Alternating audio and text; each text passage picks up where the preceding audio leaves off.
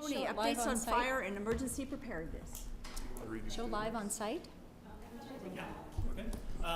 So I'm going to invite up Chief Knott and Valerie McDonald to chat with us a little bit. I thought that it would be a good opportunity. This is the first time that we've all come together since the fire started, and there's been some questions throughout the incident as to what the town had been doing leading up to that to be prepared for such an incident. And so I thought it would be a good idea, for those that are watching at home, as well as for those that have joined us this evening, just to get a little bit more information on what we have done and what we have been able to have in place, which allowed us really to respond in the way that we did. So I asked Valerie to come and kind of just give a 5-minute synopsis of what we have, and then I think Chief Knott will just talk a little bit about where we are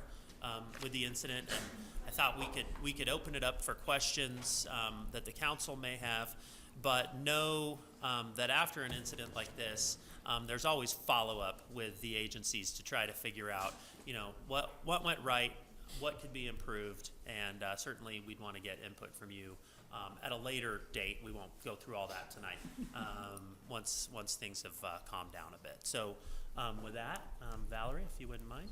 Good evening. I'm Valerie McDonald, Pickton County Emergency Manager. I work for the Sheriff's Office, and thanks for having me. This past week has been quite the whirlwind. It's been a very sobering, humbling event, and very tumultuous for the people who had to leave their homes. This fire really drove home for me how much we really need each other in the Roaring Fork Valley, and how we are all in this together. Pitkin, Eagle, Garfield, town of Basalt, and all the municipalities, we need each other even more during an incident like this.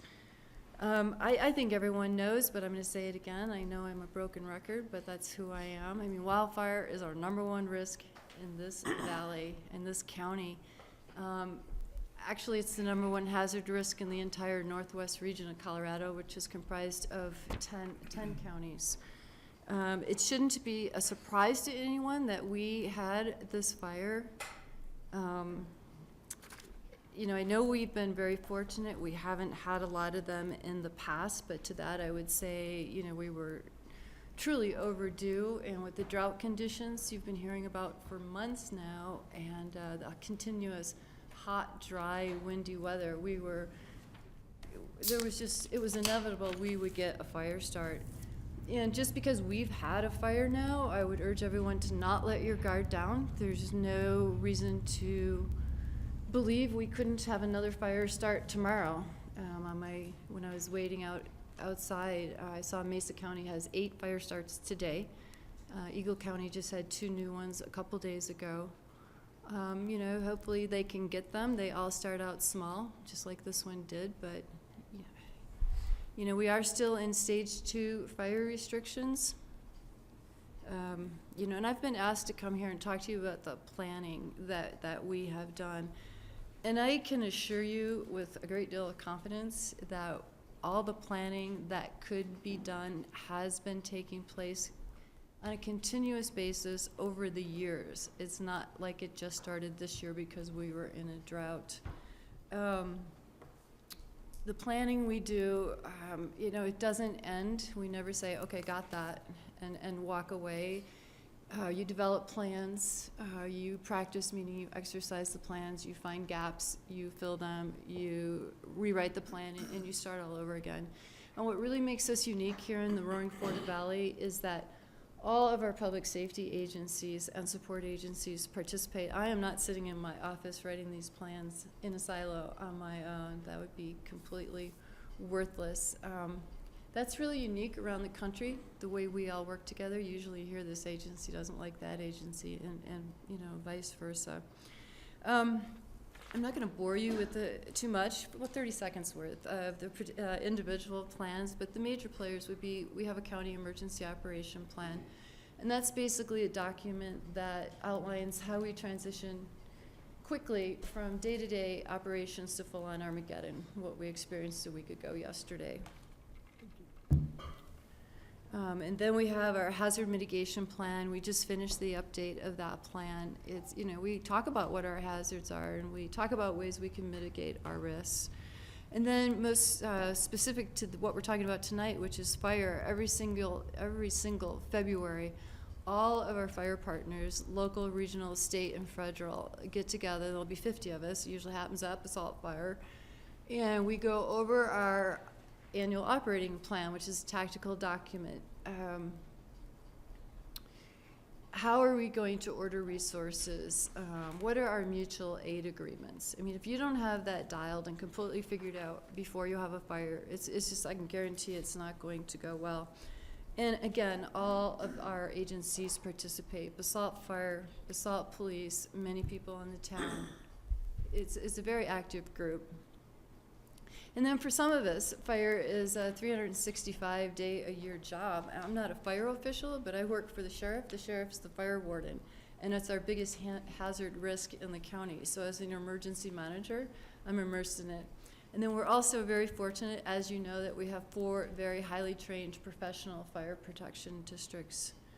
And then I'm going to get into this a little because I think it's important that the public know this.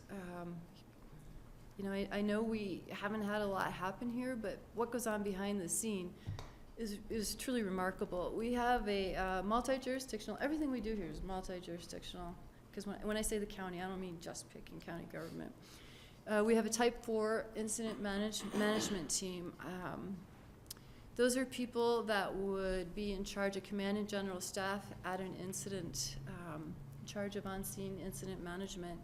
And then we also have 15 teams of emergency support functions. Basically, we've got 200 subject matter experts. They're not response people. It could be the public works director. It could be the RAFTA operations director. 15 of those teams, we've got over 200 people on those teams, and they would staff our county emergency operations center to support the incident management team during an incident. It's been proven time and time again across the country that counties that have that structure in place respond to and recover from disasters much quicker than those that don't. And that was very vividly demonstrated in the Front Range flooding 4 or 5 years ago. We also have a very active Pitkin County Public Safety Council. We meet regularly. We meet every quarter. You know, again, it's like 60 people, all the public safety agencies and all the support agencies, and any emerging public safety issue is discussed. I mean, our last meeting, I can't remember, a couple weeks ago, it was predominantly fire, but we've been talking about fire. We've been tracking this since the middle of winter with the drought monitors. You know, this is just, it was bound to happen, and I'm surprised it took this long. You know, all of our agencies, we know each other, we support each other, we work together.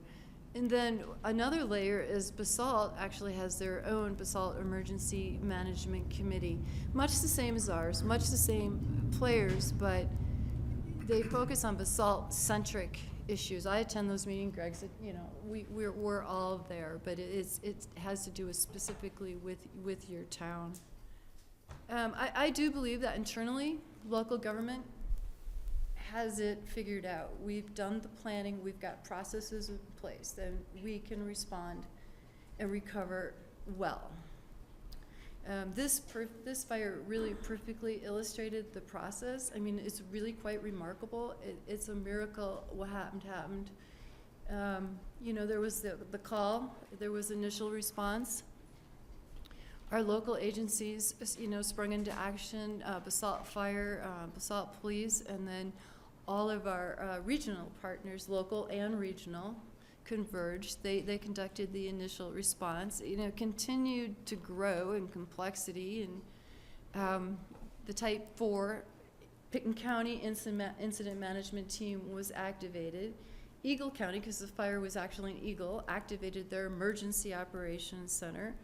We decided almost immediately we needed a Type 3 team, and the lower the number, the more skilled they are, is what that means.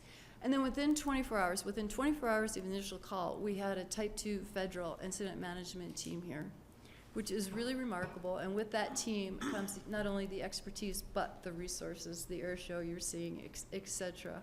I mean, if we didn't have it together internally and know how to pull those triggers and push those buttons, that would have never happened.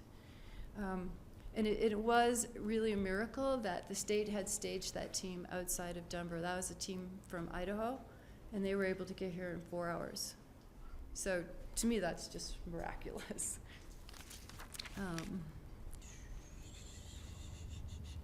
Okay, so that's all I'll say about local government. But there's a second part of this equation, and our best chance of getting through any disaster, be it a wildfire, be it a flood, or a mudslide, or any other horrid thing you can think of, is if we have a public that is aware and prepared. Government alone cannot do this. We need everybody to take responsibility and do their part. You know, I constantly hear, back to fire again, I constantly hear from people. I mean, people have been looking at me for years like I'm a crazy person. What I'm talking about, we have to prepare. You know, I constantly hear, we don't have fires here. Well, now we do, so we've got everyone's attention, so that's probably a good thing. Maybe now we can get some work done. But I hear it's too hard to do the mitigation work, or it's too expensive.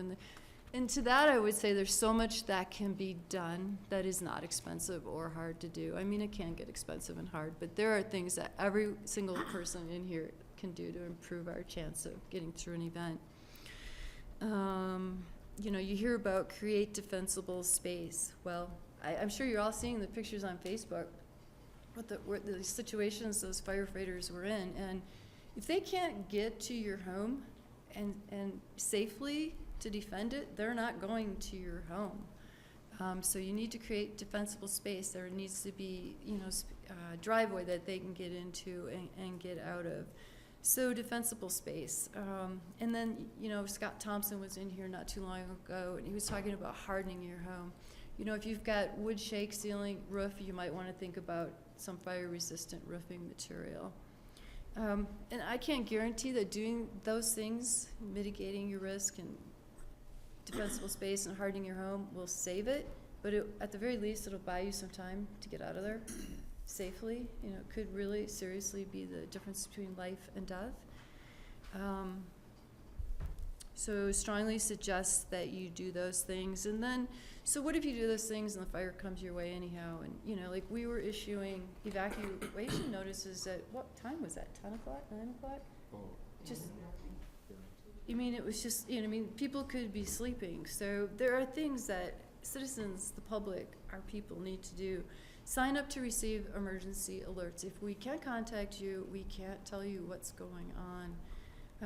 In this instance, Eagle County Pick-in Alerts or Pick-in Alert.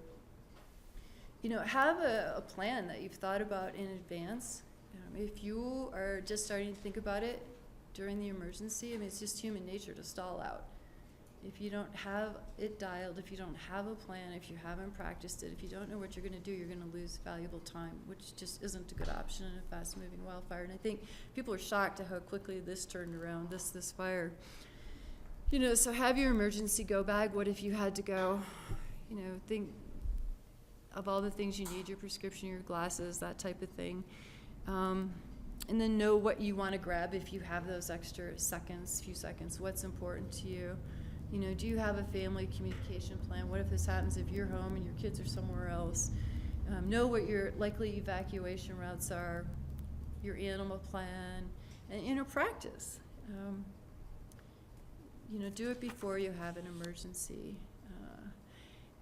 And that information's all available on pickinwildfire.com. There's a action guide, wildfire action guide on there. It's in English and Spanish. Or you can also pick up one of those guides. I think it's at the police department, it's at all the fire stations, it's at the sheriff's office. You know, it goes through all those things I just mentioned in a lot more detail, step by step. but everybody needs to take a plan. I know we've got the attention of the people down Valley, and I would just urge the entire Valley to get with it here. Pickandwildfire.com, action guide.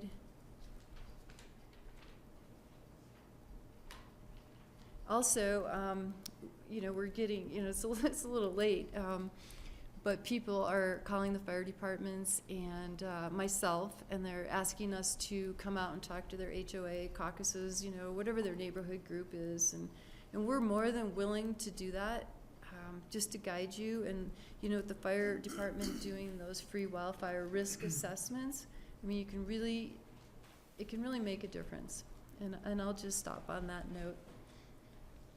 Thanks, Valerie. Thank you. Shall we let the chief have a go, and then we'll see if there's questions? Why don't you go ahead first, and then we'll let everybody. So, yeah, thank you. Greg Knott, Basalt Police Chief. I've become accustomed to saying my name and my rank before with the Type 2 team. So, thanks for having me. One of the things that, Valerie touched on was the cooperation that we received from agencies from Summit County to Grand Junction. The entire Vail Valley, the entire Roaring Fork Valley. I was receiving calls from Leadville. I was receiving calls from all over the place. The director of Colorado Bureau of Investigations put a call out to send people if we needed them. It was outstanding, just outstanding. And I think what that is the relationships are built long before the emergency ever happens. And I would like to thank Valerie, Barry with Eagle County Emergency Management, the Summit County Emergency Manager, and the Garfield County Emergency Manager. They were all here. And these are the people that we look to make sure that we're following those plans and we're following how we're going to proceed through this, because they're the ones that write the book. They get the input, but they write the book, and they're right there with us the entire time. So thank you. And thank you to all the emergency managers that were here and the other agencies that came, fire, state, federal, law enforcement. Thank you. So update, that's what everybody seems to want, the update. We're not having a community meeting tonight. There's a community meeting tomorrow night at the high school at 6:30. We've been having those regularly. As I said in two ago, all the streets in the town of Basalt are open. All the residents have been returned home. Outstanding news for the town of Basalt. We still do have some displaced families up off of Cedar Drive, where Pinion comes off of Cedar. We're giving shuttles or escorts to those families to go in pretty much as much time as they need to get stuff, to take care of their house, to make sure that, they can continue to move forward as they're evacuated. The transition is just starting from the Type 2 incident management team, and those discussions are starting to happen as they make the plans and figure out how they will hand this off to the local resources. So this is an Eagle County incident. This is entirely in Eagle County. To my knowledge, not a single ember was burned in the town of Basalt. And that's very, very huge to complement our resources for that. So Eagle County has, it's their incident. It'll be turned back over to Eagle County, and then we'll continue to have those discussions of how we move forward with this, because I want people to know this is going to burn for a long time. It's planned. They're looking at it. They're figuring out the paths that it's going to go, and this is going to continue to burn up on Basalt Mountain, probably until we get substantial rain or snow. And according to the Type 2 team, that's okay. That's what they want. That's the management of this incident. So we're starting that transition. We're still having daily meetings. We have cooperator meetings at 10 a.m. They have planning meetings. Everybody's still making the plans of how this transition occurs. They're very comfortable with the fire lines that they created around town. They would not allow us back in if they had any doubt in those fire lines and the behavior of the fire. So to put people's hopefully minds at ease a little bit, those fire lines are good, and you're still seeing the patrols. You're seeing the law enforcement officer patrols. You're still seeing the fire patrols, the engine patrols. There's people still up in those areas, and just making sure that everything is good. They have the spotters at the top of each, up in the wilds, on Ridge, up at the Bassbergs. There's spotters sitting at each of those. There's air support. The spotter plane is still in the air. They're flying it. So when you hear the helicopter running or the helicopters running, they're kind of, it's very interesting and impressive how they kind of make this fire move where they want it to move. And that's what the air support is, these big ships that you're hearing up above us. So just because you hear it, it's not here. They're going up and around and pushing it up and making sure it doesn't go where they don't want it to go. So things are looking really good for the town. A personal note, I'm just so proud of the response and how this was handled from the town of Basalt to a regional to a national level, and the cooperation and just amazing. And thank you to all of you. Thank you to Ryan for your help through all this, and Valerie. And there's so many that I can't thank, but I think we did an outstanding job, and we'll just keep moving forward on it. It's going to be a long process. It's not going to just rain and it's going to be gone tomorrow. It's going to be here with us, and we'll just keep working that. And that's through all the planning that's going on now to pre-plan what the response is down the road. Thanks, Chief. Thank you. I would say, let's open it up for some questions, but we are not finished talking about this. We're gonna have lots more meetings and in-depth discussions about lots of things that have come up during this event. But if you have a couple questions that you want to direct to either of these folks, please do. Madam Mayor, may I Yes, sir. just interject one thing? I also invited Colonel Merritt and Leroy Durox, who sit on the Basalt Emergency Management Committee, and they're two citizen representatives. And just in case they had some comment, I certainly wanted to get input from them as well. And just before we talk or hear from council, I won't be long-winded about this, but one of the things that I think I was hearing during the fire, this is one of the things that perhaps we work on improving, was the communication initially, and perhaps throughout. But I do think that we were able, during the incident, to course correct and respond to that and kind of get the feedback, okay, what is it? What specifically does the public want to hear? And what I've learned through this, having taken the National Incident Management Systems courses, they're set up as a national program. But I come to realize that at a local level, each community has its nuance and the way that they like to receive information or the kind of information they want. So as part of that, I wanted to make sure I recognized Chris Matera, who helped set up a web page through the chamber, and was really a great link, because I was communicating with you all, but one of the messages I got back was, let's try to get this information out into the public too. And so she did a great job of really trying to consolidate all the different pieces of information out there. And so hopefully that improvement was noticed, and that's something that will certainly be a topic of discussion as we talk about this and look for improvement and just ways to be there at the beginning of the next incidents, God forbid. So that's all. Thanks. Do we want to ask our emergency management team members to come up and make comments? Sure. I would like that. Either one? Or want to go first? I'm Dick Merritt. I'm the safety manager at the Roaring Fork Club. We have some 51 multi-million-dollar cabins up there, so I'm on the Basalt Emergency Management Committee. I've been with it for 15 years since we started it. I was head of it for 3 years. And one thing that we have the meetings right here bi-monthly. The public is invited to come.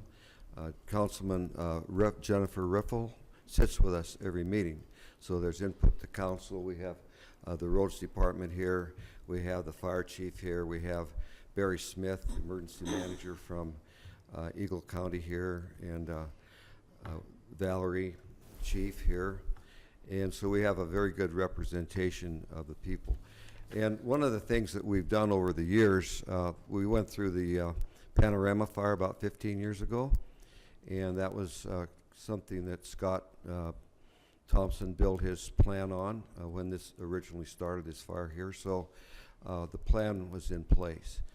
And we work with the Incident Command System. It's a federal system. Have gone to the executive system. I'm an ICS 3 Incident Command System. I understand exactly, comes from the military, my time in the Marine Corps. This is exactly how it operated, and it went to the state of California, and it's come back to all the firefighters. So that whenever a fire does occur or a national disaster, we plan for mud and flood here, shooters, that type of thing. We discuss that every other meeting here. So we feel confident that we're ready to go on this. So I would encourage the public to come to any of our meetings, and they're bi-monthly here, right here in this council. So I'll feel good about the planning we've done. The fire happened, but it was handled, and thanks to Valerie and the chief, and Sheriff Van Beek comes and sits with us. So we have the two counties, Pitt County and Eagle County, together.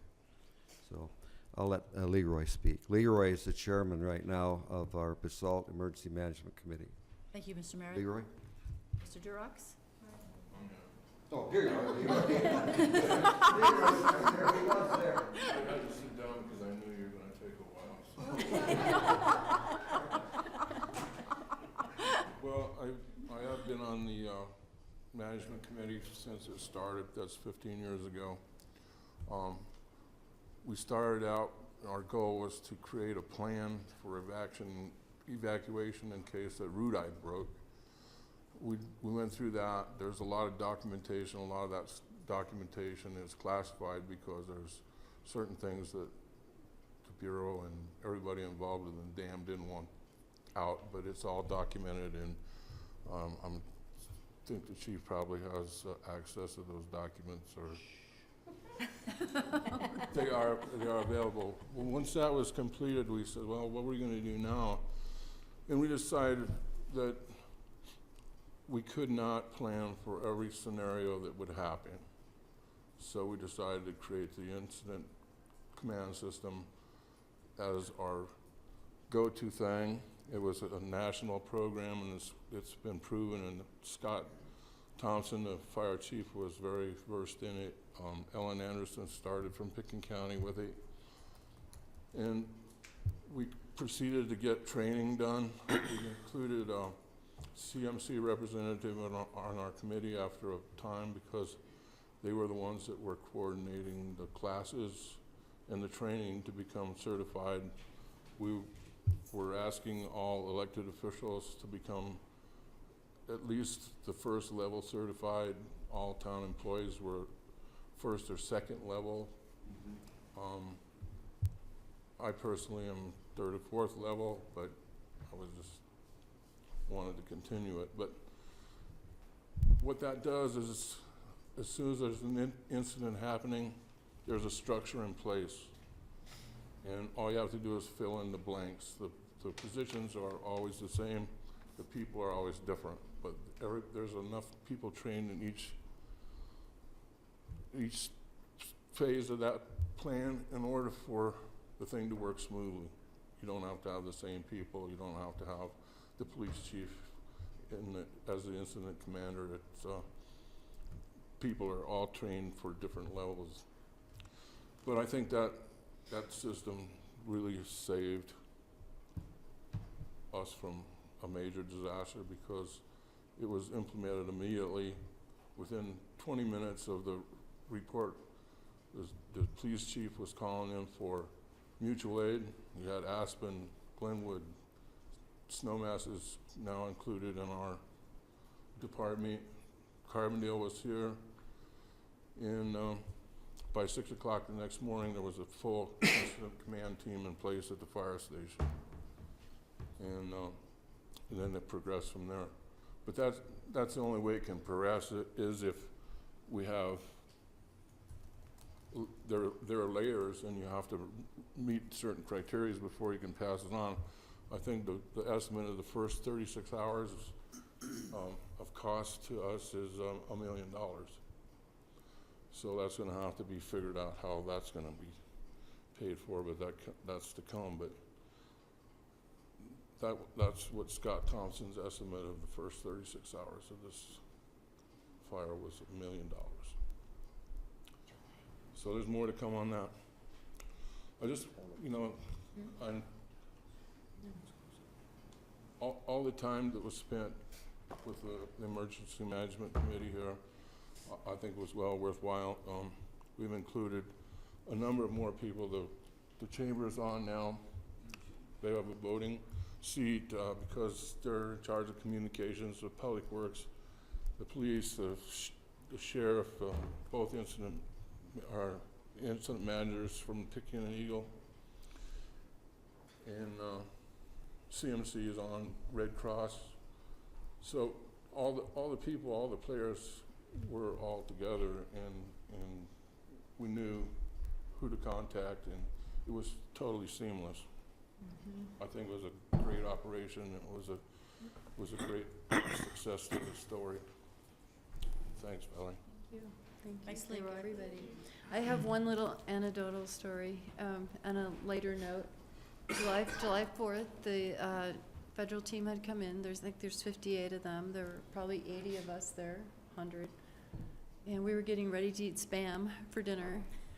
And the Roaring Fork Club sadly had to cancel their 4th of July event, so they sent all the food over to us and to the shelters. So we were eating filet and salmon and shrimp. So thank you. Excellent. Okay, does anybody here have questions for any of the speakers? I have some comments, but on the fire, not lengthy. Should we do it now, or? We can do it now, or, we can do it during our comment period, just in case somebody's here for an actual, item. That's fine. Okay. But if anybody has a burning desire to go now, okay. I'd just like to thank you guys for everything that you've done and the plans you've put in place, because we are all here because of them. So thank you. And I'm sure we want to all hear a lot more, and I was actually level 1 trained, but it was like, whew, I need to do it again. And I'm sure people are sitting here who have not been level 1 trained, and, it's confusing, but it means a lot more to me now than it did. It was like ICS, PMS, whatever. They were just all acronyms. So thank you so much for all the work you've done, and we will, if you want to stay around, we're going to probably rave more in a couple of minutes. So thank you very much. Thank you, everyone. Thank you for And having I us. did miss the roll call. So Pam, could we get a roll call, please? Yes, ma'am. Mary Tenenbaum. Here. Bill Infante. Here. Katie Schwer. Here. Adam Schindler. Here. Jennifer Riffle. Ryan Slack. Here. Jackie Whitsitt. Here, thank you. Thank you. Okay, our first item is the consent agenda. It's wrapped as bill grant letter of approval and continue public hearing to July 24th for the appeals of slope review for 224 Curtis Lane. Anybody have any questions on those, or is there a motion? Is there a period during this meeting when there is public comment? Yes, ma'am, there is. Something other than the fire, which I know is paramount? Yes, in just a couple of minutes, we're going to have a time frame when items that are not on the agenda, we will take comment from the public. All right. Motion to approve consent agenda. Second. Further discussion, all in favor? Aye. Aye. Opposed? Okay, thank you.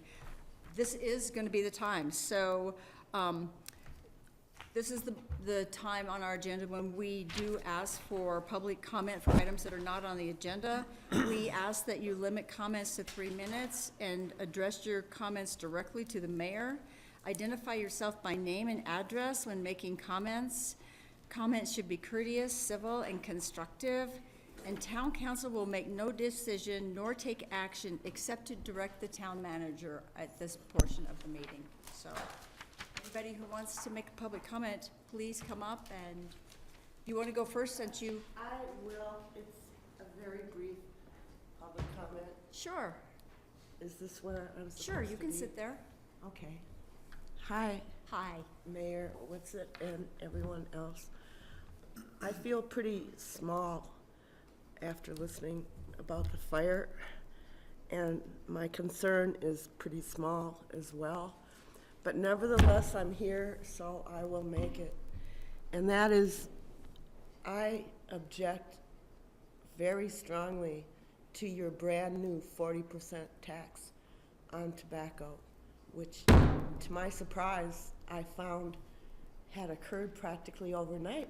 And I understand there was no vote. It was simply, I guess, a decision by all you guys to go ahead and be Aspen in that respect. I don't like that. That is going to hurt a lot of people. that you don't probably know or understand, but I'm talking about your addicts, your alcoholics, your desperate people who have just about nothing. 40%, really? That doubles their cost. And you don't know how much they depend on smoking when they're getting through those first rough days of trying to not do their drug of choice anymore. I found I could not even afford the tobacco because it was now up to $10 instead of $5 and change. I'm sorry, I know this is small, but it's big to a lot of people. I had to walk away and not buy it. I'm at that level, and there are some people in this beautiful valley who are too. And you don't know. You don't know. Shame on you. You're not Aspen. Don't be that way. Be someplace better and more peaceful. It's not a good thing.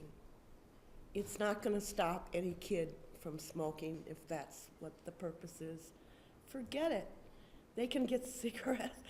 They can get anything. Cigarettes, you should be, if your kid is only smoking a cigarette, phew, you know? I raised 4 kids here,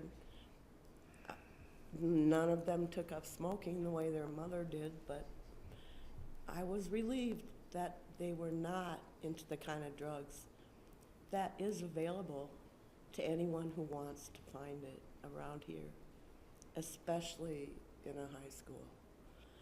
So I don't know what can be done at this point, but you shouldn't have done it in the first place. It should have been looked into more deeply,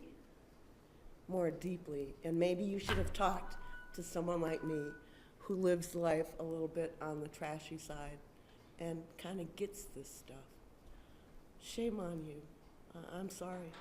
In respect for the much more important issues that are at stake for all of you here in Basalt, I'll shut up now and respectfully leave.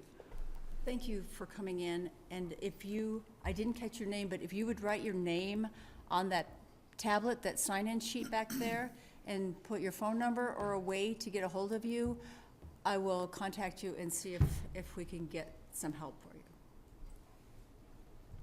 Okay, if you can figure that out, you're a smarter woman than I am, but I need a way to get a hold of you. So, I will do that. thank you Jackie, so can we much. quickly respond, just to correct the record? Okay. So super quickly, the concerns that you brought up are important, and they came to light in our conversations. But just to be clear, it wasn't this group that unilaterally decided this. It was the community. There was a vote on the issue. So, and there was extensive conversation where we brought in experts, and I asked specifically questions about people like those in your situation who might have this problem. So there was extensive public process.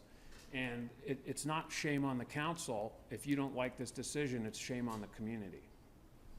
When did this vote take place? In April. April? Anyway, I think you and Jackie can be in touch, but I just want to correct that point. Then I was under a misapprehension, and I guess I apologize for that. Well, thank you for coming in anyway, because it took a lot of courage to come in and say that in the middle of all these fires. But if you will leave your name back there, I will hook up with you personally and see if we can. Thank you, Jackie. I appreciate that. Yeah. I appreciate the time that you've given me. Thank you. That- Have a busy night. Okay. Thanks. Bye-bye. Bye. Thank you, Auden. Other comments for items that are not on the agenda? Yes, ma'am.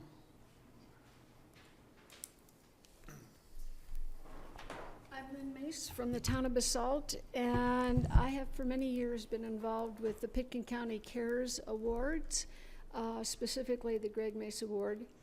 And I spoke to Pat Bingham today, who is in charge of it through Pitkin County, and I said I'm going to march right over there and tell you all about it so that while you're thinking, while it's fresh in your mind, if you would think of someone who can fit into one of these categories, it would be really special to load it up this year with Basalt teens or somebody that came from afar that did something really special. There are 10 categories here. And so I'll just pass this around, and then I'll keep bugging you all to nominate people, okay? Bug us individually, too. Bug us individually. Yes, ma'am. Okay. Do they have to be in Picken County? Pardon me? Do they have to be in Picken County to be No, recognized? actually, it says it on that, but it doesn't. It's always been for the whole Roaring Fork Valley. Great. So you Super. don't have to live there, but it needs to, the service needs to be done in the Roaring Fork Valley. Thanks, And Lynn. heaven only knows, we've had a lot of service. Yes, we do. Thank you, Lynn. Other comments for items not on the agenda? Stacy Kraft, Basalt resident, and maybe someone can answer this. Why the Pitkin County and Eagle County Stage 2 fire ban rules aren't aligned with the USDA Forest Service guidelines that prevent the discharge of firearms? That's very puzzling to me. And I've called around and nobody can quite give me a good answer except that we're allowed to pick and choose what Stage 2 means. But the bigger question is that Basalt's huge gun range fire was manifestly predictable because we already had a warning fire 6 years ago, and that should have been a wake-up call. By definition, the gun range is unsafe. It's surrounded by highly flammable grass and pinyon and juniper trees, and it's located next to residences in our downtown core, which is a completely incongruous location. After 2 fires at the gun range and 3 gun range fires in Eagle County just in 1 month, Basalt's highest priority should be working really hard to quickly relocate the gun range as soon as possible to a location that's not so threatening to our homes and businesses. And I think we all realize that this is not just a town of Basalt thing, it's counties and government agencies, and I can't imagine the kind of red tape you have to cut through to do that. But that gun range should never have been located where it is. It's like having a razor blade factory next to a preschool or something. I mean, it's crazy. So anyway, hopefully. The chief is going to answer Yeah. part of your question. Okay, Can you cool. come up, Thank you. Well, Greg? I'm no expert on fire restrictions. So the federal fire restrictions, like Stacy said, are oftentimes different than the local fire restrictions. So the sheriffs, as Valerie said, are the fire marshals for the counties. The sheriffs and the fire chiefs in those counties are the ones that decide the fire restrictions and what is going to be included in those.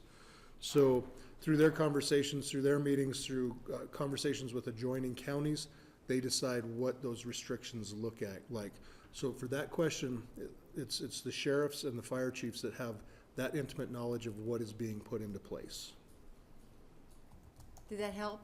Yeah, okay. yeah, it just seems like we have a gun range right in our downtown core.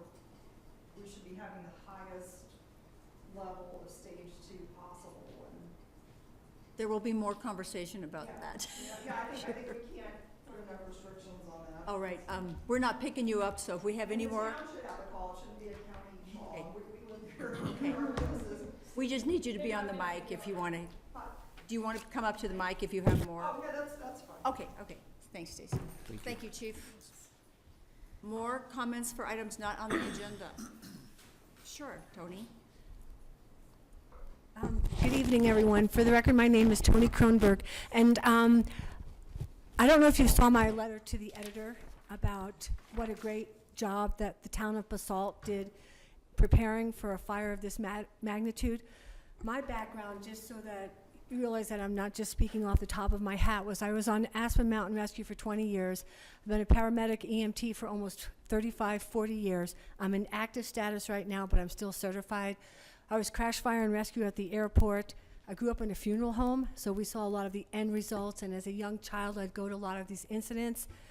What I saw unfold was truly the work of people who were prepared for this, and it was really short of a miracle that it did not come down and engulf not only the town of Basalt, but Ace, Willits, and the mobile home park. I live in Snowmass Canyon, which is about 4 or 5 miles from here. One of my biggest fears is always a canyon fire just sweeping right through that. We got a pre-evacuation notice all the way up to Aspen Village. that's when I realized how serious this fire was. I wanted to back up what Valerie said about trying to engage the public more in this process, about defending ourselves from fire. Trust me, the one way you do not want to die is by fire. It is purely torture. It's pure hell when you see skin burned off of people and hear those people's screams. When I was a medic down in Denver, I can tell you some of those fires made me realize you never want to be in a fire. Never want to be in a fire. And Scott Thompson was here a couple weeks ago, and he was using the same bullhorn that Valerie said today about educating the public to prevent this from happening. Last night I went to the Aspen City Council meeting, and I asked the council to please give thanks to Basalt for the great job that your town has put together. And what Valerie said about pulling all the people in together, that's what made it work. But Steve Barwick, who is the city manager, he said, do not underestimate the unpredictability of this fire. And this is up in Aspen, which is 40 miles, 30 miles away? 20 miles away. I'm thinking Glenwood, 20 miles away. And he's like, oh my God, if that fire had traveled up Snowmass Canyon, gone along the tops of McLean Flats Road, hit into Red Mountain, came back down again, it would have been something that would have been like the apocalypse. What he said last night was that he doesn't think that the public's doing enough. He said, we're not doing enough. And he said, no one's clearing their yards. He said up in his community in Aspen, they have this program. You take down your trees, you haul them to the sidewalk. We will come and pick up those trees and chip them out. And I asked them if they could write a letter of appreciation, and he's like, we're all over this already. And I asked if we could do a call of action for all the communities that now we really need to educate the public, because you can still see those fires burning. They keep popping up and down. And ask people in Basalt, and I'd like to ask the town of Basalt, the night that Scott was here, I was actually gonna come in and ask if you could clear some of the trees over by 7-Eleven, that Confluence Park. There's a lot of dead wood in there. If you take a look at all of your pocket parks, like Ponderosa Park, there's a lot of flammable material over there. And so I just want to put that out, if you could make that a priority. And then there's 3 people that I did not thank in my letter. And everyone that Valerie thanked tonight was in my letter. But the newspapers, the Aspen Times and the Aspen Daily News. Scott Condon, every hour you could just plug into the internet and there was an update. And I think that probably reached more people than the Pick and Alert, because more people picked that up. But I wanted to thank both of the papers, and then also Holy Cross Electric, because they drove into the fire. And a side note, I was one of those people that knocked on the doors at 10:30, 11:30 at night over at the mobile home park, and it was truly incredible. Your fire department was up high, and I was coming up from the bottom. They were coming down, and the flames were like huge over them. But I just want you to understand how powerful it was. And you had great compliance with your mobile home park. Those people were out of there. There are a few little people, but I just want to say thank you very much. I don't want you to think you've gone unnoticed, but if we could do that call to action, as Steve Barwick said, we cannot underestimate the unpredictability of this fire. Thanks, Tony. Thank you so much. I appreciate it. You bet. Others? Mike?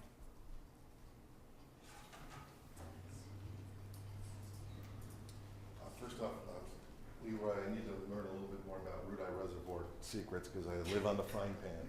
And maybe we'll get together later. Hello, everyone. Mike Luciano, Swinging Bridge Lane over here.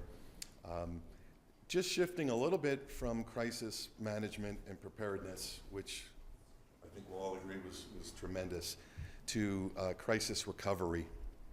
And I'll be brief.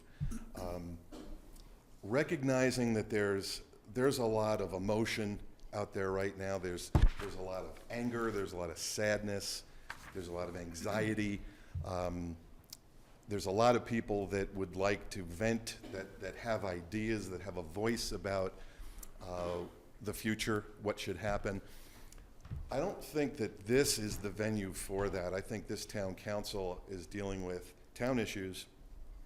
And I think if we start to open this up for the big discussions, I think we're going to need a bigger boat.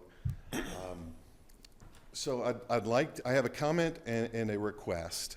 The comment would be, I think as a community, rather than demonizing people and sides and this or that, we need to communicate, we need to have discussions, we need to debate, we need information, we need data, we need statistics, we need information from the state about their proposed new policies for gun ranges.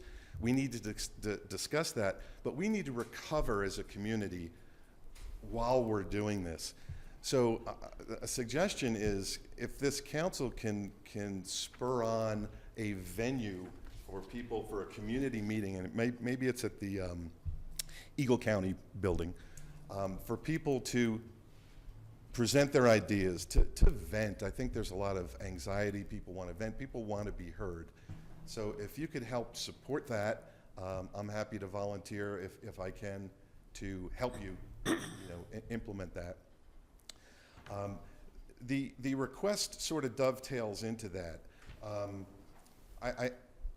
The request would be until the fire ban is lifted, and until the state can provide us concrete changes and policies to gun ranges that they say that they're in the process of addressing. Until we can have these community meetings, I think our town should, I don't know what the legal vehicle for this would be, if nothing than a letter, inform the state that until and unless this happens, unless you provide us the new policies, unless we have these discussions and we have information, the gun range needs to be closed indefinitely until we have that, till fire bans are lifted, till we have information, till we can regroup. So I would ask as a citizen, is that something that the town council can do? Is it the mayor that needs to do that? We implore you to do that, and also help us find a vehicle to communicate. Because I don't think you want thousands of people up here going over the 3-minute mark. Okay. But there's a lot of ideas out there. There's a lot of information we don't know about. We can be educated on a lot of things. And if we just demonize and divide, it's just not going to get us anywhere. Thank you, So Mike. thank you very much. You bet, thank you. Thank you. Anybody else from the public? Yes, ma'am. Chris Matera. Hi, Chris Matera, Basalt Chamber of Commerce. I must have missed positive comments while I was in the bathroom. I just want to say thank you very much to everyone who's done whatever they could during this fire, and this is where it's going to hit me. The response has been amazing, not just from our first responders, but also from the community. And I just want to say thank you. I've been here in this job for a year. I celebrated my 1-year anniversary in the middle of this mess. And I never had a moment where I felt more sure of being in my job and being in this community.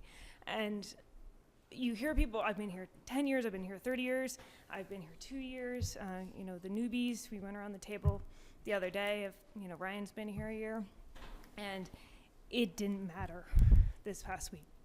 And I just really hope that, God, now I'm Jackie. I really hope. You've been hanging around me too long. I know. I really hope we just take this positivity forward and continue beyond the fire, beyond the recovery, and remember where we've been and never lose sight of that, and remember that we are one Basalt. And it's been so great to see the positivity. Let's just keep that up. So thank you, Basalt. Thank you for welcoming me, and I'm glad we could do what we did. Thank you. Thanks, Chris. And happy anniversary. And happy anniversary. Anybody else? Okay. Yeah. All right, so to make this go on even longer, it's time for mayor and council reports and comments. So Auden, you go. I'll go whenever, if other people want to go first, but I'm happy to start.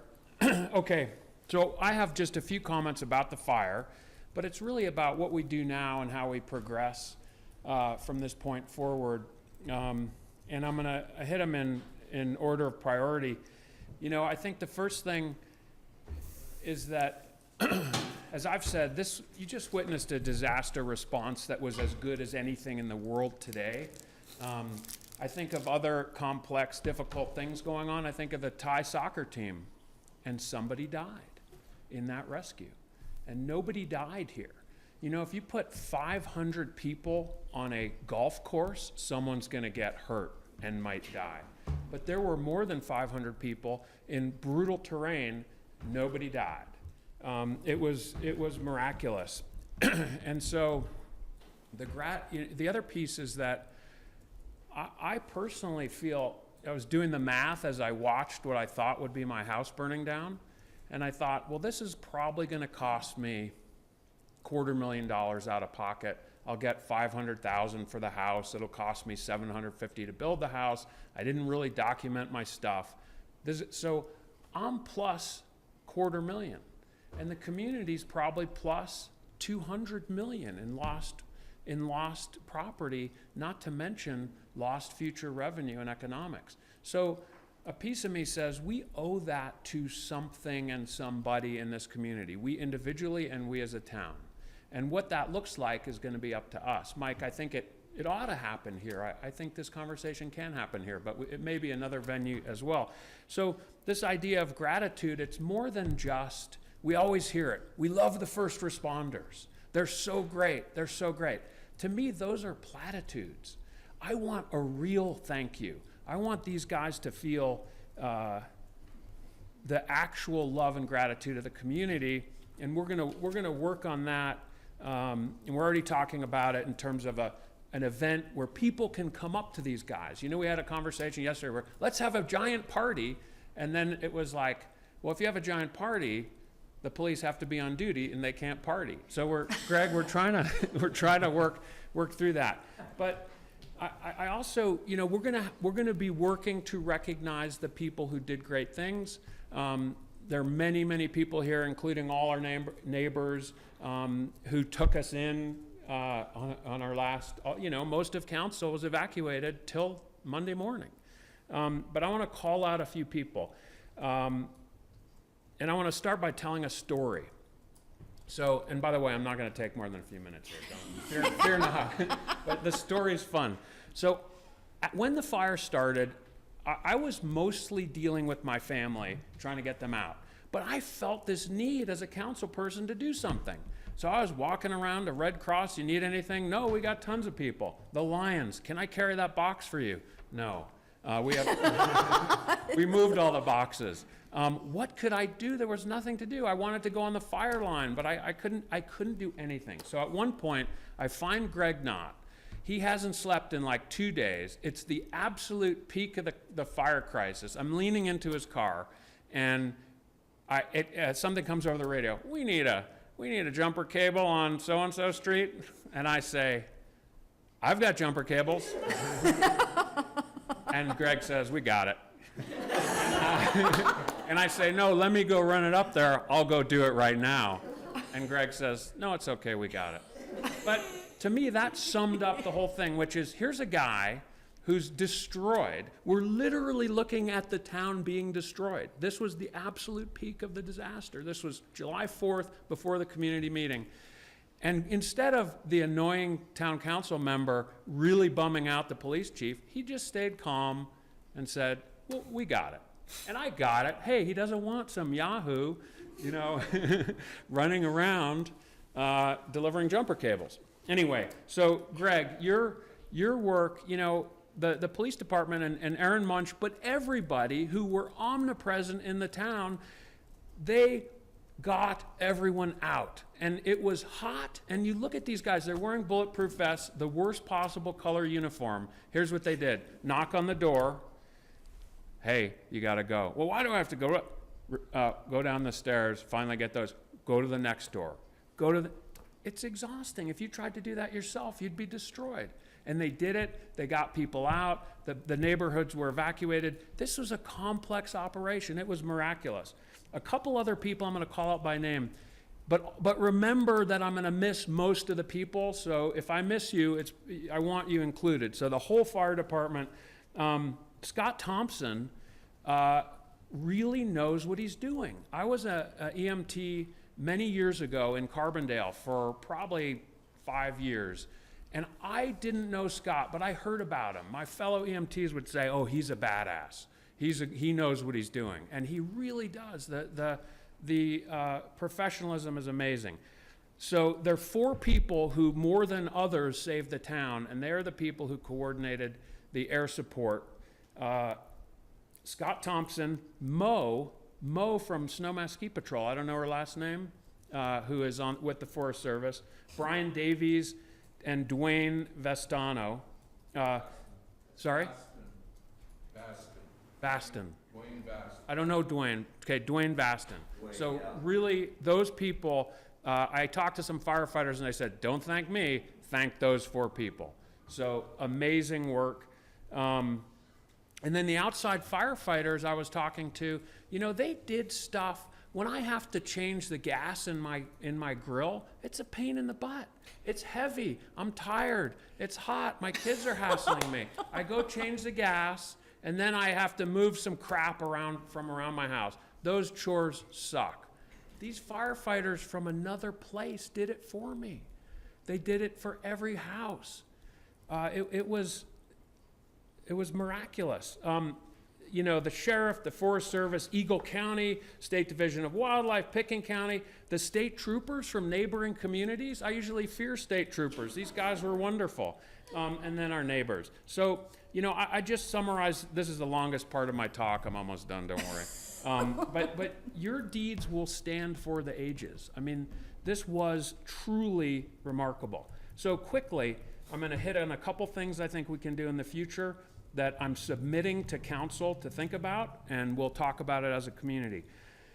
One is, I think that we do need to work with Department of Wildlife and keep the range closed, certainly under some emergency protocol, and have a rule. I know they're working on one, but work with them, and I think a reasonable approach would be, as soon as stage 1 fire restrictions occur, the range has to be closed. And again, you could say, well, they weren't supposed to use tracer rounds, but the point of public policy is to control stupidity. It should include stupidity in its policy making. Second, the best way to honor the firefighters, and I'm quoting you, Ryan, is to do the mitigation in town we've talked about forever. So we need to throw some money, personal and town, at these projects. I've obsessively looked at my backyard for a decade, and I've cut and burn piled and everything, and I looked at it again, I was like, I need to do like 10 times as much work. So let's make this happen, and let's do it in a fun way. Do it in a safe and a community way. I think we need to talk to the state forester, and Scott Fitzwilliams of the Forest Service, who also deserves our thanks, is going to put me in touch with him. We need to cut a fire break above the town. It didn't all burn, folks. In fact, there are 2 giant stretches of fuel. Let's do that. Let's cut those in place. Let's supplement state money. Let's use our money as needed to do that, and let's fireproof the town entirely, because we're almost fireproof now, thanks to the burned area. Next, the people who lost houses need our support. If we had lost 500 houses, that'd be one thing. We lost 3. And I've been digging in on this, and it turns out the Community Foundation has a lot of resources to close the gap that I just described I would experience. But we need to stay on top of it. If their gap isn't closed, we need to close it for them, either together, extra governmentally, or through the government. So we need to keep a close eye on that.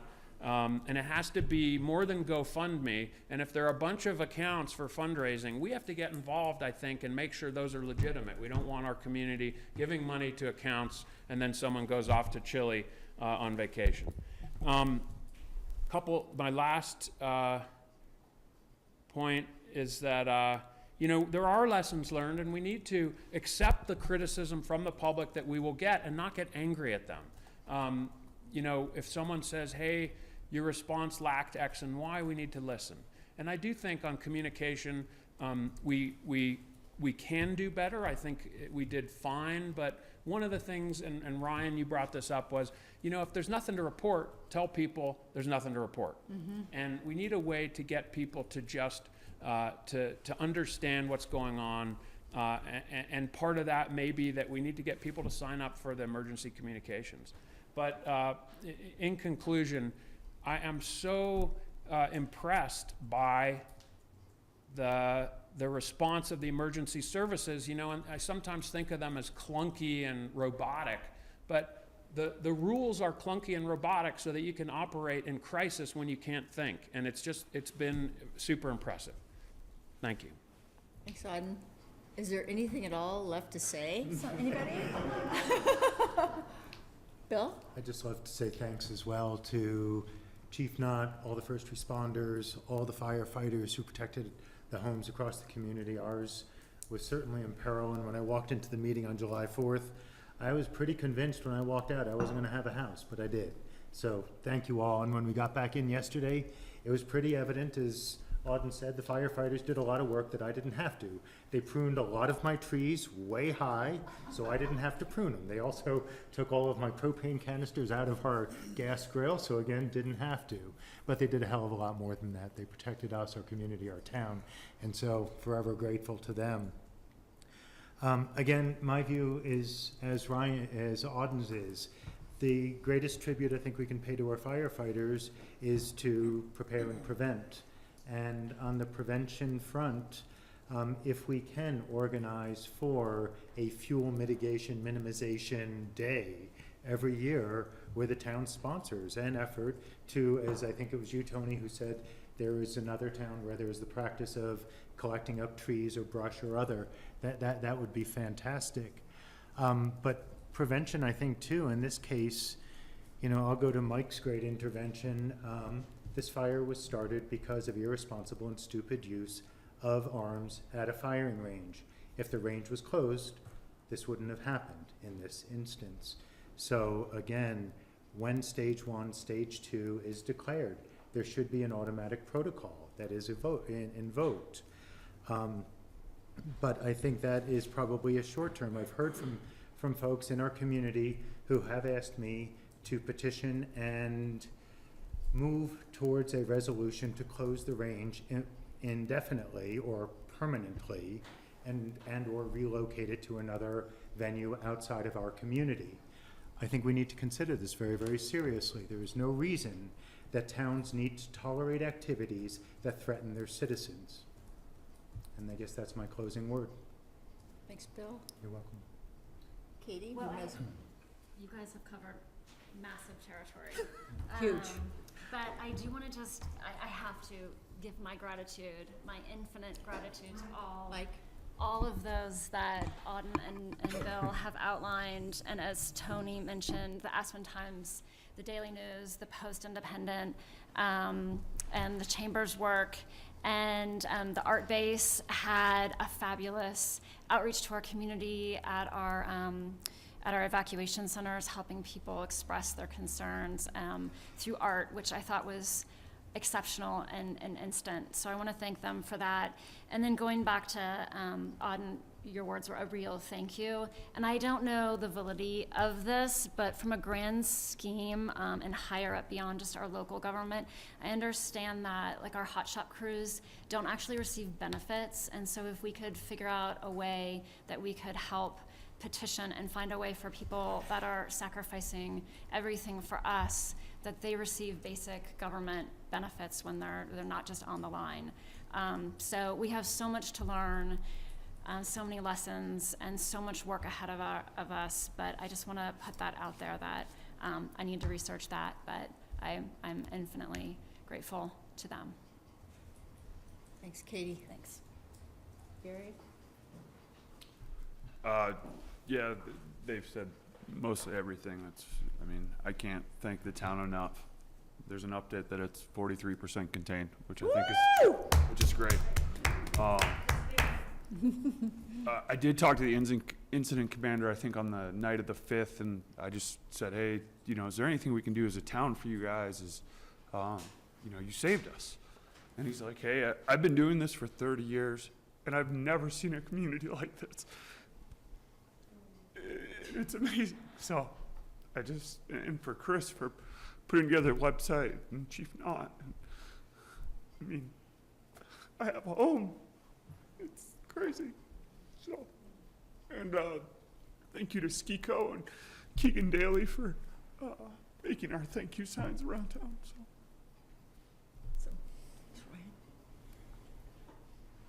Well, Ryan, thank you for those signs, because really, truly, you got them up amazingly fast on a Sunday. I don't know how you did that, but that was impressive. So thank you. I mean, one of the things, I'm not going to go into, Auden really did capture what we feel in this town, but one of the things is what I noticed was we all need to go out to dinner downtown. We need to support our local businesses. I mean, I was at Jalisco the other night, and it was kind of dead.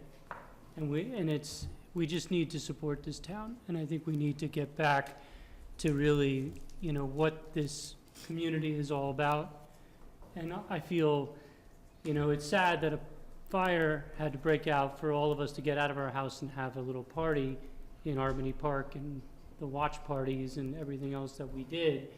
And it was really cool, because I was shocked that, I forgot his name, but one of the police officers came by and started joking with one of the guys on a motorcycle about, hey, I'll let you drive my car if you let me ride your motorcycle. And I'm like, in times like this, humor sometimes helps a ton. And I was really impressed that instead of freaking out about the whole thing, that people in this community were able to come together and, support each other. And really, truly, I thank you. I thank Chief Knott. I thank all the firefighters that protected us. I really thank the town of Basalt that on a Sunday, we were out cleaning ditches and making sure we're prepared for the mud flows that potentially will happen. And so, my last thought is, I have to agree with other council members. In the past, I've always been, one of those people on the gun range about it was here before me, and it should be there for everybody. But I believe that we need to work with the state, because I don't believe it was responsibly managed, and that's what created this fire. And we need to work with the state on finding responsible management of that range. I like the idea of a potential relocate, but relocated to an area that, there's going to be really difficult. What community wants this? But I think we can find locations that are outside of communities and stuff. And I hope to work with the state on it, because I don't want to demonize them. They didn't cause this. And, the reality is our state wildlife managers really try very hard, and they're part of this community. And I really appreciate them, and I don't want to demonize them. I just want to work with them to prevent this from ever happening again. But thank you all. And it's really, I don't ever cry at a movie. My wife will always say that, and I'm not going to cry here either. But I'm actually a little choked up, which is pretty impressive. So I really, We'll take it. you just take it. Thanks. Thanks, Gary. Well, I will make it short because everybody has really covered it. First thing I want to say is I was at the incident command post and at the 6 o'clock meetings where I saw Ryan and Auden and Katie and Gary and everybody, Bill, everybody was there. But also at the 10 o'clock incident command meetings and at those meetings, this was a county incident. I mean, it was in the county, like somebody said, there wasn't a drop of anything burned in the town of Basalt. But I got to tell you that the people at the incident command place, you could tell they relied so much on Chief Knott. Chief Knott and Scott Thompson for their expertise. Ryan was great for making sure that we were covered at that, even though it was a county event. And I was so proud of these guys, I can't tell you. They were some of the biggest guys there, even though there were some super firefighters there as well. And I have to echo what you said, Ryan. I've talked to the incident commanders a bunch, and they were almost crying and saying that they've been in lots of communities over 30 years, or however long they've been at it, and never ever have they seen the cooperation of agencies like they saw here, and the outflowing of appreciation and gratitude from the citizens. So, I mean, I don't see any reason why they would bullshit me. I believe them. They were definitely talking from the heart. And my last thing is that I got three basic types of communication during the course of this, either phone calls on the street, emails, texts, and the one really was repeating what Auden said, which is, I got to help. How can I help? Please tell me how to help. And I couldn't tell him how to help. I gave him the Red Cross number, and I gave him the Eagle County Sheriff's number, but so that was a feeling that everybody in this community had, was helplessness. I need to help. So that's just passing on a message. There's nothing we can do about that. And the other second message was thanks and gratitude, and how can we have a party? How can we have a parade? We want to do something. We want to do something now. We want to do something later. We want to do something for the people who've come here, and we want to do something for our own first responders.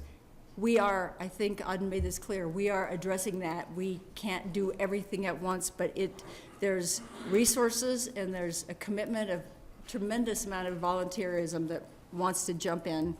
And then the last thing, which is probably the first thing, is to a person that I talk to, and a lot of them were people I don't know, is we gotta have a major discussion about the shooting range.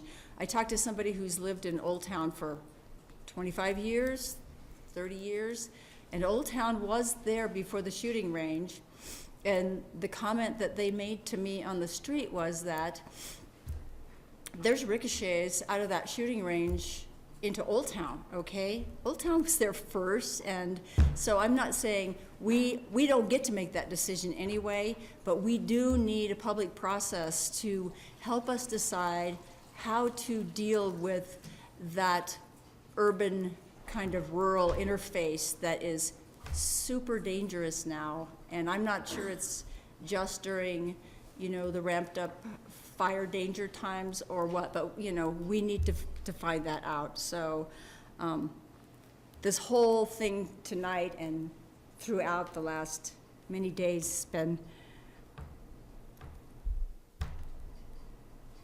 well, you know what it's been. It's been super cathartic, and there's just a level of gratitude that I never thought I would feel. To look out there and see that everybody's okay, and we didn't lose a lot of structures. I agree with Auden, we need to help the people to fix the gap. I know there was one family has a total gap. They didn't own a structure, but they didn't have renter's insurance. So, I mean, there's some help that can be offered, and there are resources that want to come up to the table and help us to help them. So, anyway, this is enough to wear a person out. But thanks to everybody who's in this room and everybody who's out there and all the great feedback. So, okay.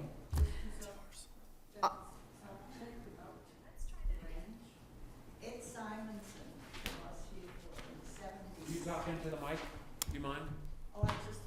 Well, we can't, you need to talk into the mic if you could, so that, Ed Simonson was a lawyer here in town. right. And he fought to close that range up for years and years and years.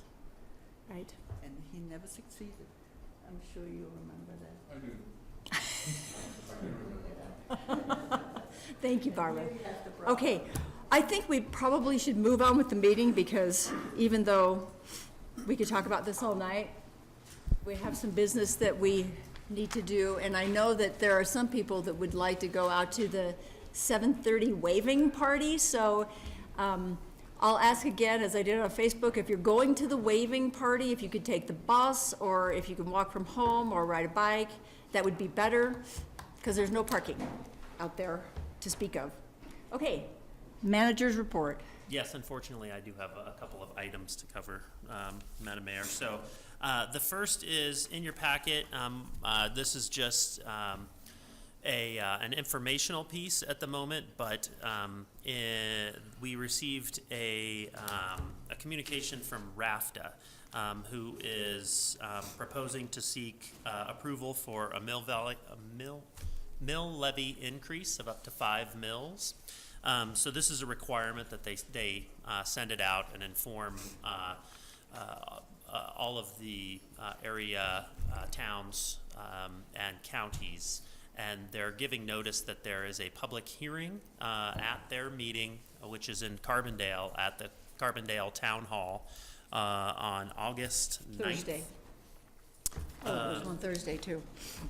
So this one says the official maybe is is August 9th, and so that notice, if you care to attend, they will be taking public comment on that. It does not say that they will be pursuing 5 mills. That's yet to be determined by that board, but they will take public comment on that. So that is in your packet. If you have any questions, happy to answer those. And then a couple other quick ones that I can run through. We have been on stage 2 water restrictions since last week, and I am happy to report that tomorrow we will go back down to stage 1 watering restrictions. Part of the issue for folks that maybe didn't see in the website or on the announcements that were made, when people were evacuated from their homes, a lot of sprinkler systems and hoses and things like that were left on. And we came in the morning and the tank levels had dropped, not precipitously, but enough to where we wanted to make sure that we could keep a consistent level of water in case we were having tankers come in and fill up and whatnot. And so those are all stabilized, and we feel confident that we're good to take those off. Now, just as a quick reminder, stage 1 watering restrictions basically says that if you have an odd number address, you can irrigate on Wednesdays, Fridays, and Sundays only. And if you have if you have an even number address, you can irrigate on Tuesdays, Thursdays, and Saturdays only. And there is no irrigation on Mondays. So we will likely keep those in place until perhaps we get lots of good monsoons. So more to come on that. One other thing of note, when you have wildfire, one of the risks you can see is contamination to your drinking water system. So I just signed a scope of work. We're having somebody come in tomorrow to do some amendments to our plant just to be ready for that. Luckily, our spring box is up above the water plant. They were essentially burned over, but they are in a sort of a scree field. And I'll get that in a minute. And so we were able to get photos of those. They're in concrete boxes with a steel lid. So our biggest worry really was ash perhaps getting in there, so you get some carbon, as well as nitrates, which would be coming from the slurry that was put down as a fire line. So we're getting out ahead of that. We haven't had issues with our drinking water. I do want to make sure the public understands that the drinking water is safe to drink and will continue to be. I did have a note on here to thank Ski Co. And Ryan for the banners that have gone up around town, so thank you for that. And then one other quick thing, and this is in our staff response and looking ahead toward recovery. And flooding, of course, is a risk after wildfire. So we do have a meeting with the various agencies that could be affected on Monday. There's mapping that's occurring right now looking for hazard risks. And we're also going to try to get the state hydrologist in here who might be able to help. There is mitigation that you can do. Obviously, we have some challenges with our steep slopes up above us. Luckily, from what I've heard, we have a lot of volcanic rock up there too, so that is somewhat helpful. It doesn't mean we're out of risk by any means, so we'll be looking at that. But I did want to just make a quick announcement, and this is going to go out tomorrow. We'll have Chris put it on the website for the chamber. Eagle County will blast it out as well. FEMA, we visited with them today, and they have what's called a preferred risk policy. It's basically a flooding policy that you can get. And this is something often for people who don't reside within a flood-prone area. But you can just contact your insurance agent, anybody that can write property and casualty insurance in Colorado can get this for you. There is a 30-day wait until it kicks in.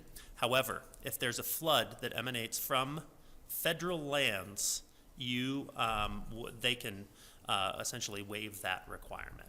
And so one other thing of note is that the flood insurance program, which is a federal program, is only authorized through July 31st. So Congress will need to reauthorize it. If they do not, then the program, essentially you will not be able to get a policy, and any policies that lapse will not be able to be renewed. Now, hopefully the federal government acts on that, but the sooner you act, if you get into the queue, then you will be immune from that. So, Are you selling insurance? yeah.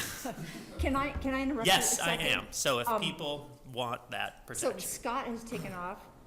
Could you just get him some kind of information on that? Because that's a really short time frame Very short time frame. Yep. to try to act.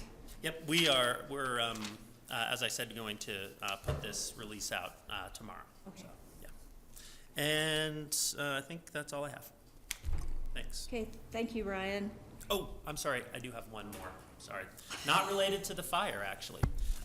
So as you know, we had been under contract to start on the East Valley Road. We had delayed that construction project by a week, but it is now underway. So they did do their milling yesterday. So it's essentially that stretch along Linear Park. It's expected to last for a total of 3 months.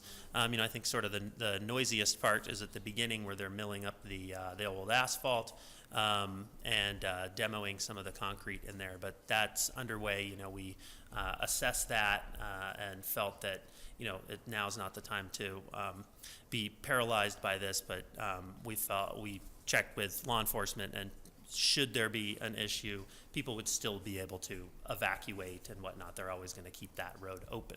But a note to the public, take Willets Lane, and we do have signage up, instead of going through East Valley Road, just in that section of the residential. Don't avoid the Willets Commercial Center. So thanks. Questions for Ryan? Okay. Thank you, Ryan. Thank you for your work. The next item is an emergency ordinance number 12, an emergency ordinance amending the Basalt Municipal Code to add a new section, Article 10, under Chapter 7, Health, Sanitation, and Animals, regarding fire restrictions. Chief Knott. I'll kick it off, but or Chief, not. if you don't mind just stepping up, and I might lean on you a little bit for some comments. I'm sorry. No. I took it. He handed it off to me. So. All right. Last Thursday I handed it off, or Tuesday I handed it off to him, so.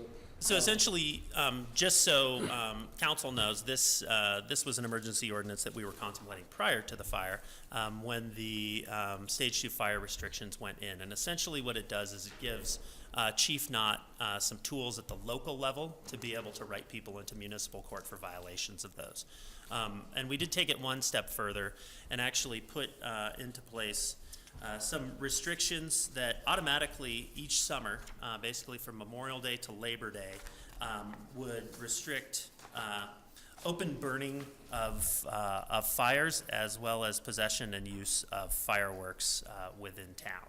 And what you can still do, however, is recreational burning. So, like, for example, if the town has barbecue grills or there's a fire ring or something like that, you can use those unless otherwise prohibited. And the other thing, of course, would be burning and fireworks, perhaps on private property, with a proper permit from the fire district. And it does give the town manager essentially the ability to restrict those latter two, both the recreational burning as well as working with the fire department to restrict any of those additional permitting of those uses. So, but basically it makes things a little more strict in town just to protect our interests as it relates to fire danger. So that in a nutshell is what this ordinance does. Questions for the chief or Ryan? Yes, yeah, it is an emergency ordinance, so it doesn't require 2 readings, so it does take effect right away. Today, okay. Mayor, I move the town council adopt ordinance number 12, series of 2018 as an emergency ordinance to take effect upon passage. Thanks. Is there a second? Second. Further discussion? Did you have further discussion? Yeah. No? Okay. I think it's wonderful that we are passing this emergency ordinance. I think it's extraordinary that for a town that's 117 years old, we had no such regulation or ordinance in place. So it's long overdue, and certainly the current experience demonstrates why it's overdue. My question is whether it goes far enough. I mean, you're restricting open burning and fireworks between Memorial Day and Labor Day. Why aren't we providing provision to unilaterally close the firing range when either stage 1, stage 2 fire restrictions are declared? We don't have authority to do that because that's a state property. So it's not it's not in the town limits, and it's not owned by the town, so we do not have authority to be able to do that. Yeah, I understand that, but it still seems extraordinary that we in the town would have to continue to accept the vulnerability to a firing range that is clearly material to our health and safety when we have taken these extraordinary steps in other areas. So again, I understand from conversation with you and with Jeff that it is beyond our jurisdiction, but I still would like to ask that we, the town council, look at this and take steps through whatever appropriate venue to make sure that we can reduce this risk from fire that we've already experienced twice at the firing range. Yeah, I think that we pretty unanimously have all brought up that we're going to be talking about that on a separate day or days. So I agree, and it's just anybody else have an additional comment before we vote? Okay. We could, if I may, Madam Mayor, we could. We'll consult with you all, but we could bring back a separate, like a resolution or something like that would be directed towards the state with your strong recommendation of closing the fire range or whatever that would be. So we can follow up with that. Okay, all in favor? Aye. Opposed? Okay, thanks everybody. Thank you, Chief. Thank you. The next is a resolution 15 of the town of Basalt ratifying and continuing declaration of local disaster emergency. Brian? Yes, me again. Okay, so on July 4th, we basically declared a local emergency or local disaster, and that was something that's articulated in the state statutes that allows the chief executive officer, so the town manager is able to do that. If you are planning on keeping that in place for longer than 7 days, the town council or governing board has to ratify that. So essentially, this is just that next step to ratify. And just by, just so you understand what this did when we put that into play is essentially it allowed us to get that additional support. Took it to the state level and got those resources for us, and then ultimately to the federal level. It also allows us ultimately to get some reimbursement, and so we've been tracking our expenses in the fire, as well as Eagle County also put the similar declaration into play. So, so this is something that will stay in place for if I could find that. Until the 24th, which is the next council meeting. Yeah. So if it needs to be extended again, it can be done at that time. Okay, thanks. Questions? Mayor. Can I just say one thing? You can do it. Okay, one of the things they talked about at Incident Command, and I'm sure that we will get this information eventually, is the costs and the divvying up of costs. And I mean, I know that this was a county incident and a state and BLM or whatever, But like you said, there are expenses to us, so whenever that information's available, that would be Absolutely. really good for us just to see. Absolutely. So- And right now, I will say that it's likely that our costs include overtime. We haven't really incurred any other costs. Most of this, as Chief Knott alluded to earlier, it's an Eagle County jurisdiction, so. Chief Knott is sleeping now. He probably wants to, though. Yes. As for the costs, we do have some pretty significant overtime costs. But as for purchases, You should probably get on the mic if you're gonna make a whole sentence. Guilty. So we will have some pretty large overtime costs. Those are, necessary in an incident like this. As for expenditures, ballpark, I think I'm at about $17 for sunscreen, for drinks, for Snicker bars, until we got things in place for the police department. Couldn't you have bought that stuff more cheaply? I was a little busy. I couldn't make the trip. I didn't have 2 days for Amazon Prime. So I encouraged him to put it out to bid, but.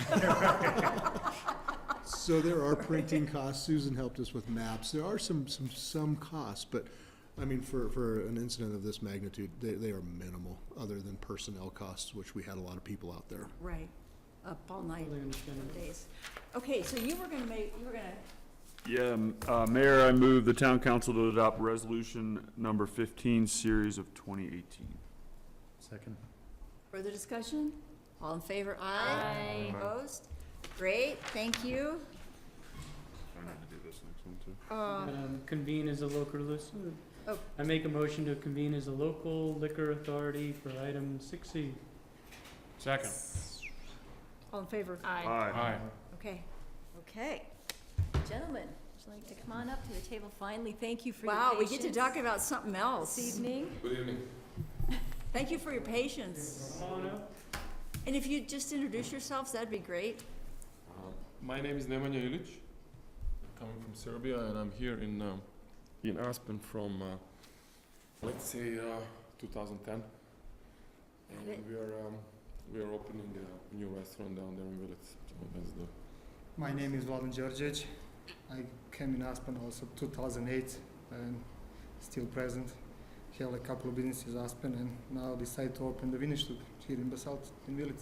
We're pretty excited for you. Awesome. Welcome. Yeah? Thank you. Thank you. Actually reopening. Reopening, yes. Right, exactly.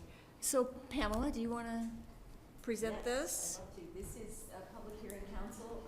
I will make a few comments just based on the agency findings. I will introduce the applicants, and they can make any comments they might like. We can open the public hearing, and then council can make their decision. So at this point, pretty much everything is written into the memo. The comments by the investigating agencies are in here, and there are some conditions of approval in these comments. The planning department's conditions of approval are in there. Do you want me to go through them one by one, or is everyone comfortable with the? What we could say is that if everybody's read the packet and has questions about any of the conditions, that might be adequate. Does anybody have questions about the conditions, or is there anything you want to highlight? No, I don't think so. I think that I want to just skip then to page 3, which talks about the findings that council can find based on state regulation, that no prior licenses have been denied at this location or within 500 feet of this location in the past 2 years. The applicant has possession of the property for the term of the license. There are no municipal zoning laws prohibiting the sale of alcohol at the applied for location. The building on the application is not located within 500 feet of any public or parochial school or the principal campus of any college, university, or seminary. So staff does have staff would suggest that any motion be made contingent upon the following clearances, which are listed under the staff recommendation on page 3 and 4. And is there anything you'd like to say to us before we open the public hearing? Nothing much, just like, we are kind of sorry that we are taking your time in these hard times, considering all of what is happening. Exactly. Well, you're very important to be the only business really on the agenda. Do you guys know when you plan to open? Probably on the 4th. We had something like really stupid happened yesterday, you know, and the fire sprinkler went off, and that's like, you know. So we had like 2 feet of water on the new floor that we just put it, and that's gonna probably back us, you know, probably a week or two. So we are planning on the 4th of August, and we hope we're gonna manage that, you know. Okay, great. I hope nothing else sets you back. Okay, so this is a public hearing. It's kind of silly, but I will open the public hearing at 7:40. Hearing nothing out there, dead silence. I will close the public hearing and see if council has any questions of the applicant or Pam. Or is there Welcome to Basalt. Thank you. Glad to have you here. Hvala puno. Mayor, I move that the town council approve the new liquor license for the Wiener Stoop Restaurant located at 351 Market Street as per staff recommendations. Second? Is there an excited second? Excited second. Okay, Enthusiastic? further discussion? Hearing none, all in favor? Aye. Opposed? Motion to adjourn the local liquor authority. Thank you. All in favor? Aye. You are done, thank you. This meeting is adjourned. Basalt. Yeah, Thank you. we'll see you soon. So see you for the breakfast. Thank please. you. I gotta say, if we Mayor, gonna, Yeah. if we're gonna open on the 4th, No, we're just adjourning the liquor. Hang on one sec. Quick comment. if we're gonna open on the 4th, please feel free to join us on the that's gonna be Saturday. So we're gonna have one party from early in the morning, the whole day. So please. If you will let Like me people know to when come you and open, taste the I'll food, let all it's of gonna be them like know. buffet, so, you know, it's just Oh my God, thank you, Great, thank thank you. you. Thank you. Yeah, just tell In Pam touch. and she'll tell We will, us definitely. to remind, okay? Thanks. Thank Have you. a good night. Bye.